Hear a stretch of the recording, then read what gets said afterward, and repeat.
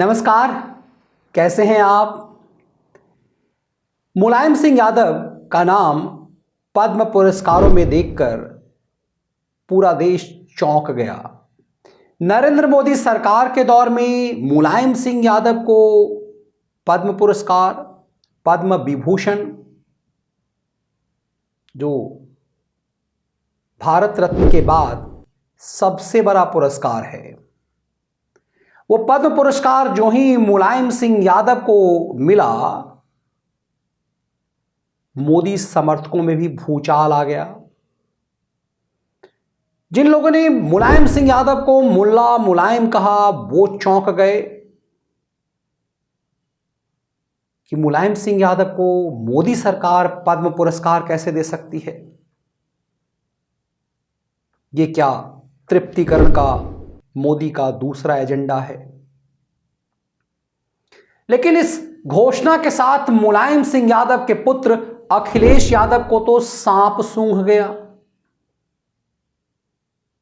तो ये समझना और ज्यादा जरूरी हो गया कि मोदी ने मुलायम सिंह यादव का पद्म विभूषण पुरस्कार के लिए नाम का चयन कैसे किया। मुलायम के नाम पर इस पुरस्कार की घोषणा के साथ स्वामी प्रसाद मौर्य बौखला गए और स्वामी प्रसाद मौर्य ने यह कहना शुरू कर दिया कि यह मुलायम सिंह यादव का अपमान है, ये भारत रत्न मिलना चाहिए मुलायम सिंह यादव को। इसी स्वामी प्रसाद मौर्य ने कभी मुलायम के लिए भारत रत्न की मांग नहीं की थी।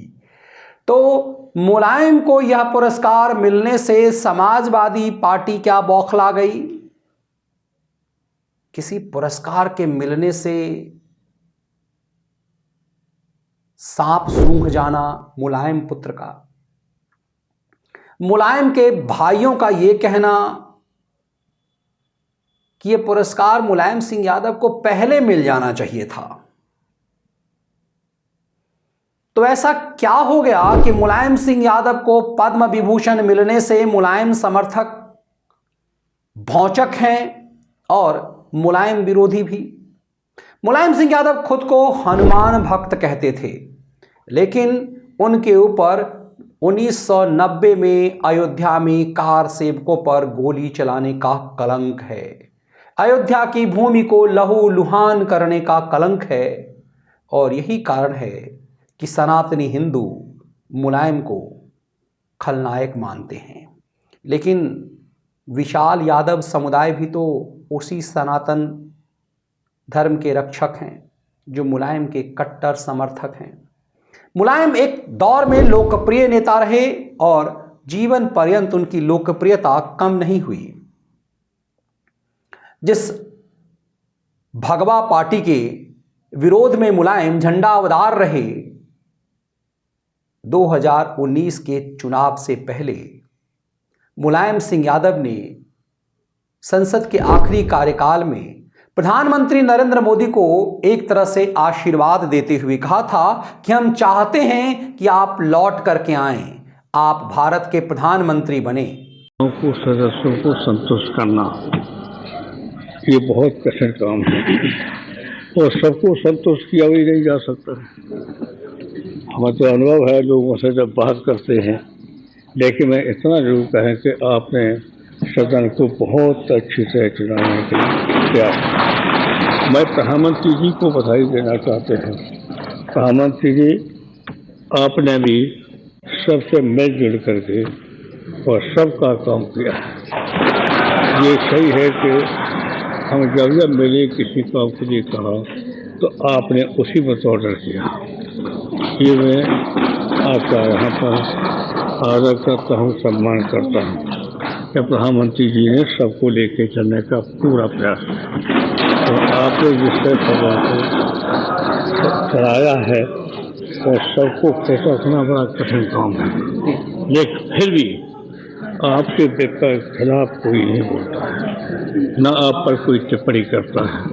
इसे विशेषकर बधाई और धन्यवाद आपको देता हूँ और मैं चाहता हूँ मेरी कामना है कि जितने माननीय सदस्य हैं दोबारा फिर जीत जाए। ये हमारी इच्छा है। तो ये सब काम है। मैं तो ये भी चाहता हूँ, हम लोग तो इतना बहुमत नहीं आ सकते हैं, प्रधानमंत्री जी आप फिर बने प्रधानमंत्री। सदन में आना खुशी हो रही है और एक तरफ से दुखी हो रहा है। तो हम लोग आज ये सदन बंद की बात सुनने मिलेगी, लेकिन हम चाहते हैं सब स्वस्थ रहें। जितने सदन में बैठे हैं सब स्वस्थ हैं, वो सब मिलकर फिर सदन चलाएं, ये मेरी कामना है। तो ये है हमारी आपका सब करने पर और आपका अभिनंदन, आपका स्वागत। ये कुर्सी बड़ी कठिन है कि सबको संतुष्ट करना, इसमें आपने तैयार किया। प्रधानमंत्री जी को बधाई देना चाहते हैं, ऐसा नहीं है। प्रधानमंत्री जी ने भी सबको खुश करने का और जायज काम करने का हमेशा प्रयास किया है और किया है। इसलिए हम इस अवसर आपको तो बधाई दे ही नहीं है, लेकिन प्रधानमंत्री जी आपको बधाई देना चाहते हैं, धन्यवाद करना चाहते हैं। तो सभी माननीय सदस्यों के बारे में मेरी कामना है, मुझे सब के सब खिड़की दोबारा राम मिलन सिंह।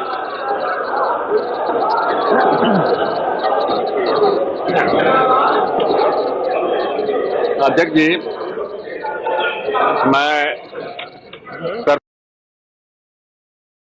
मोदी के मंत्रियों को भी ऐसी ही शुभकामनाएं मुलायम ने दी थी। तब भी पूरा देश चौंक गया था कि कट्टर मोदी विरोधी मुलायम सिंह यादव ने ऐसा क्यों कह दिया। मुलायम उसी समय से एक अबुझ पहेली नजर आने लगे। राजनीति में मुलायम एक ऐसे व्यक्ति जिसे पहलवान कहा जाने लगा, पहलवानी से प्राइमरी स्कूल के टीचर और फिर राजनीति के में छा जाना मुलायम सिंह यादव होना है। लेकिन इस मुलायम सिंह यादव को साधने की जरूरत नरेंद्र मोदी को क्यों पड़ी? मोदी अपने विरोधियों में सबसे ज्यादा स्नेह और सम्मान करते हुए मुलायम सिंह यादव को ही नजर आए। हमेशा ऐसा लगा कि मोदी का विशेष स्नेह मुलायम सिंह यादव से रहा है। जी न्यूज के मालिक सुभाष चंद्रा के पुस्तक विमोचन के दौरान नरेंद्र मोदी के कान में कुछ कहते हुए मुलायम नजर आए थे। तभी यह सवाल उठने लगा था कि मौका देखकर मुलायम ने मोदी को क्या कह दिया। क्या अपने बेटे अखिलेश को ज़्यादा प्रताड़ित ना करने का? अखिलेश यादव जितना मुखर रहे नरेंद्र मोदी के खिलाफ, मुलायम उतने ही मुलायम रहे नरेंद्र मोदी के साथ। अखिलेश कोरोना वैक्सीन के दौरान नफरत फैलाते रहे कि हम समाजवादी वैक्सीन बनाएंगे, हम ये भाजपा का वैक्सीन नहीं लेंगे। तब लगने लगा कि मुलायम ने अपने बेटे को ऑस्ट्रेलिया भेजकर इंजीनियरिंग की डिग्री तो दिला दी, लेकिन नैतिक शिक्षा नहीं, राष्ट्र को समझने की शक्ति नहीं। उन्हें आर्मी स्कूल में पढ़ा तो दिया, लेकिन देश समझने की समझ नहीं दे पाए। मुलायम सिंह देश के रक्षा मंत्री रहे, तो ये माना जाता है कि मुलायम देश के प्रति अपनी जिम्मेदारी बेहतर समझते होंगे। एक शिक्षक से देश के रक्षा मंत्री तक का सफ़र मुलायम का ख़त्म हुआ, आखिरी समय में भी मेंबर पार्लियामेंट बनकर के। लेकिन फिर समझ में यह सवाल रहस्यमयी है, लोगों को चौंका रहा है। आज की तारीख में सबसे रहस्यमयी कि मुलायम सिंह यादव को पद्म पुरस्कार, पद्म विभूषण से सम्मानित क्यों किया मोदी ने? इस सवाल का जवाब कोई तलाश नहीं पा रहा। मोदी राजनीति के मास्टर हैं और कई बार उन्हें कहा जाता है कि वो मास्टर स्ट्रोक मारते हैं। मोदी जानते हैं कि कुछ भी करने के लिए प्रचंड बहुमत चाहिए। ऐसा क्यों कि मोदी 2019 के चुनाव में कहते रहे कि जब भी मैं विदेश जाता हूं तो मुझे नरेंद्र मोदी के रूप में नहीं, मेरे अंदर लोग 130 करोड़ भारतीय को देखते हैं। और उन्होंने देश की जनता से निवेदन किया था कि आप प्रचंड बहुमत के साथ मुझे जिताइए, क्योंकि अल्पमत की सरकार के मुखिया, जब भारत के मुखिया जब विदेश में जाते हैं तो उनकी अहमियत नहीं होती। इसीलिए प्रचंड बहुमत की सरकार होनी चाहिए। और भारत की तस्वीर जब प्रधानमंत्री मोदी ने बदली, उसमें वो अक्सर कहते हैं इसमें भूमिका प्रचंड बहुमत की सरकार की होती है। 89 के बाद इस देश को 2014 में पहली बार पूर्ण बहुमत की सरकार मिली, और प्रचंड बहुमत की सरकार तो इंदिरा जी की मौत के बाद राजीव गांधी को मिली, उसके बाद पहली बार नरेंद्र मोदी को। तब समझना होगा कि आखिर मोदी उस मुलायम को पद्म पुरस्कार क्यों दिलवाते हैं, जिस मुलायम को लोग मुल्ला मुलायम कहते हैं। मोदी के समर्थकों ने को सबसे ज़्यादा घृणा उसी मुलायम से रही है। तब समझना होगा कि आखिर क्या है कि यूपी और बिहार में सबसे बड़ी संख्या वाली जाति घोर मोदी विरोधी होती गई है, और मोदी हर वोट बैंक में सेंध लगा गए, लेकिन मुलायम और लालू की जाति में नहीं। जबकि वो कृष्ण भक्त जाति रही, घोर सनातनी जाति रही, सनातन के प्रति असीम आस्था वाली जाति रही, सनातन के लिए लड़ने मरने वाली जाति रही। उसका वोट बैंक बड़ा ज़बरदस्त है। और मुलायम के मोदी से निकटता की वो तस्वीर जो कई बार पार्लियामेंट में दिखी, क्या उसकी कोई भूमिका नहीं है उत्तर प्रदेश में बीजेपी के प्रचंड बहुमत पाने में, लोकसभा और राज्यसभा में? तो क्या मोदी ये जानते हैं कि बदले दौर में जातिगत राजनीति के खेल में बहुत कुछ हो जाता है?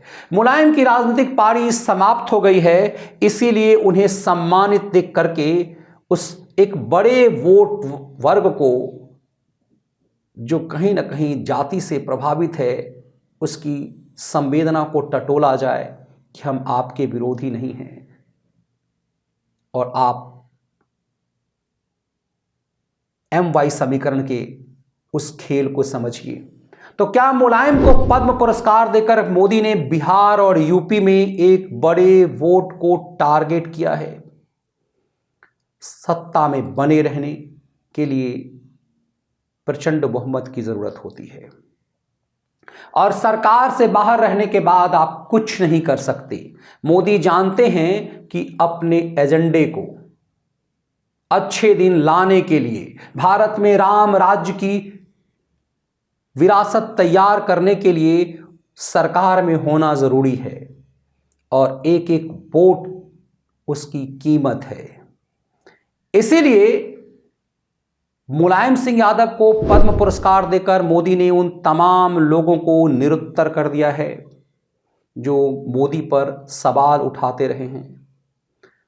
नरेंद्र मोदी सनातन को एक अपनी पहचान दिलाना चाहते हैं जो उसने खोया हुआ है सदियों से। इसीलिए कई 100 सालों की गुलामी के बाद जो गुलाम मानसिकता हुई, उससे बाहर निकलने की, कि एक नेता हमेशा के लिए जीवन पर्यंत आपका सर्वे सर्वा हो जाता है। मोदी और शाह की ये राजनीति कई बार अबूझ नजर आने लगती है। पार्लियामेंट में मुलायम के संदेश, फिर मोदी से मुलायम की निकटता, कभी भी मोदी के खिलाफ मुलायम का नफरती स्वभाव लालू या दूसरे नेताओं की तरह ना होना, कई सवाल करता है कि क्यों मुलायम के पारिवारिक कार्यक्रम में प्रधानमंत्री होते हुए भी वो शामिल हुए, और क्यों अखिलेश यादव अपने पिता को पद्म विभूषण मिलने पर निरुत्तर हो गए। मोदी चोट कहां मार रहे हैं? कई लोगों को ये लगेगा कि आखिर जब मुल्ला मुलायम को, अयोध्या में कार सेवकों पर गोली चलाने वाले मुलायम को पद्म पुरस्कार दे दिया जाता है, तो ये उनकी भावनाओं का अपमान है। हर चीजें भावनाओं से नहीं होती है। राष्ट्र के निर्माण हमेशा द्रोह से नहीं होता, क्रोध से नहीं होता। कृष्ण अक्सर छल और बल का भी काम लेते थे। ये मामला कितना छल और बल का है पता नहीं, लेकिन मोदी ने बहुत कुछ साधने की कोशिश बिहार में की, यूपी में की, लेकिन उस वोट में सेंध नहीं लगा पाए जो लालू के लिए मरने मिटने के लिए तैयार है। उस लालू के लिए जिसने अपनी पूरी राजनीति अपने परिवार के इर्द गिर्द बांध करके रख दिया। तो पद्म पुरस्कार मोदी का मिलना क्या बिहार और यूपी के लिए मोदी का कोई बड़ा एजेंडा है? मोदी कुछ भी यूं नहीं करते, वो हर चीज, उनका हर दांव राष्ट्र के लिए होता है। वो लालू और मुलायम के विरासत को आगे नहीं बढ़ा रहे कि उनके बेटे को, उनके बच्चे को, उनके भतीजे को कभी भारत राष्ट्र का प्रधानमंत्री बनना है। मामला कुछ भी हो, राजनीति में कुछ भी यूं ही नहीं होता। राजनीति में हर चीज नफे और नुकसान के लिए होता है और दूरगामी नफे के लिए, राष्ट्रहित के लिए बहुत बार बहुत कुछ दांव छलना पड़ता है। मुलायम को पद्म भूषण मिलने से मुलायम पुत्रों को यूं ही नहीं सांप सूंघ गया है और पूरा बिहार और यूपी की जातिवादी राजनीति यूं ही नहीं निरुत्तर हो गई है। जल्दबाजी में हम कई बार बौखला जाते हैं। मुलायम को पद्म विभूषण भारतीय राजनीति में जातिगत राजनीति पर एक बहुत बड़ा चोट है, जिसका असर आने वाले समय में आपको दिखाई देगा। दिखाई इसलिए कि एक एक वोट से, M22 समीकरण के वोट से बिहार और यूपी को किस अंधकार में ले जाया गया, यह दिखाई दे रहा है। मुलायम के इस पद्म विभूषण में भले ही कुछ लोगों को क्षणिक लगता हो, लेकिन इसका असर बहुत प्रभावशाली होने वाला है। आने वाले समय में इसका असर दिखाई देगा। ये वीडियो विश्लेषण आपको कैसा लगा? इसके कंटेंट यदि आपको पसंद आए, वीडियो को लाइक और शेयर जरूर कीजिए। बहुत बहुत धन्यवाद। वंदे मातरम। जय हिंद।